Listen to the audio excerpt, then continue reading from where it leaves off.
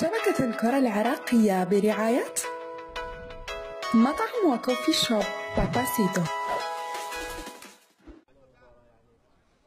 نستأذن من الشباب طبعا اخواننا بالقناة الثالثة برنامج بين الشوطين، واخونا اللاعب علي حصني ما شاء الله عليك ضغط الجماهير كلها بقدومك انت اليوم. الكل الكويت وبالعراق فريق المينا يسأل عليك. علي حصني شلون اول مباراة؟ اول شيء بسم الله الرحمن الرحيم، الله يحييك.